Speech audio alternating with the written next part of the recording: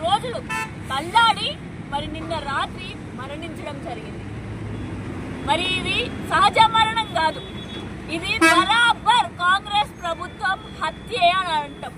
ఎందుకంటే కేవలం వాళ్ళ బాంకిడి గురుకుల పాఠశాలలో మాత్రమే కాదు, మొత్తం రాష్ట్రం మొత్తంలో దాదాపు 48 మంది గురుకులాల్లో చదువుకునే విద్యార్థులు రకరకాల కారణాల వల్ల చనిపోవడం జరిగింది. దాదాపు 950 మంది నేడు కూడా మత్కల్లో జిల్లా పరిషత్ హై స్కూల్ పాఠశాలలో మరి మిడ్ డే భోజనం తిని మధ్యాహ్న భోజనం వల్ల 100 మంది విద్యార్థులు అస్వస్థతకి గురయ్యారు. మరి పొట్టలు పట్టుకొని ఏడుస్తూ మరి వాళ్ళ శోకం ఎవరికి తెలుస్తుంది? ఆ తల్లిదండ్రులు వాళ్ళ బిడ్డని కోల్పోతున్నారు, వాళ్ళ బాధ ఎవరు తెలుస్తుంది?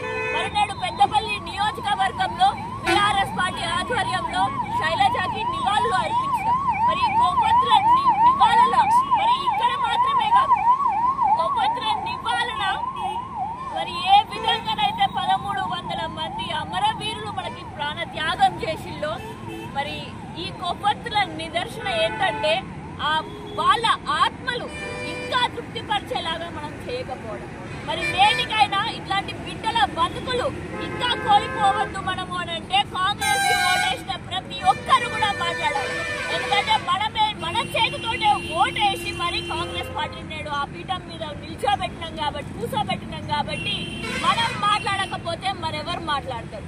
మరి నేడు ఈ చావులో మనకి కూడా ఆ భాగం ఉన్నదని మర్చిపోవద్దు. నేడు రేవంత్ రెడ్డి గారికి కుర్చీ ఇచ్చినామనంటే విద్యాశాఖ నేడు అతని చేతుల్లోనే ఉంది అంటే, సాంఘిక సంక్షేమ శాఖ నేడు అతని చేతుల్లోనే ఉంది అని అంటే మనందరమే తీసుకుపోయి పెట్టినట్టు. అందుకనే ప్రతి ఒక్క తెలంగాణ పౌరులందరినీ కూడా గొంతు విప్పాలి అని చెప్పేసి కోరుకుంటూ, అదే విధంగా బీఆర్ఎస్ పార్టీ నుంచి వెంటనే ఆ బిడ్డలు కోల్పోయినందుకు వాళ్ళ తల్లిదండ్రులకి మనం ఎంతగానో వాళ్ళ బాధను దూరం చేయలేము. కానీ కనీసం ఆర్థికంగా కొంచెం వాళ్ళ భుజాల పైన కొంచెం వజన్ తక్కువ చేయడానికి ఎక్స్గ్రేషియా 50 లక్షల రూపాయలు ఇవ్వాలి అని చెప్పి డిమాండ్ చేసుకుంటూ, అదే విధంగా ఈ చేతగానోళ్ళు ఎన్ని రోజులున్నా కూడా మళ్ళీ ఇదే విధంగా మన బిడ్డలు ప్రాణాలు కోల్పోవాల్సి వస్తుంది. అందుకనే ఈ చేతగానోళ్ళు ఆ కుర్చీ మీద ఉండద్దు అని చెప్పి రేవంత్ రెడ్డి గారు ఈ శాఖకు అసలుగా పనిచేయరు.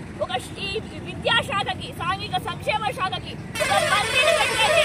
మీకు కూడా ఆ కుర్చీ సరైపోయినట్లేదు, మీరు కూడా ఆ కుర్చీకి తగినట్టుగా వ్యవహరించుకోకపోవడం వల్లనే ఇవన్నీ జరుగుతున్నాయి. కాబట్టి తక్షణమే మీరు కూడా రాజీనామా చేయాలి.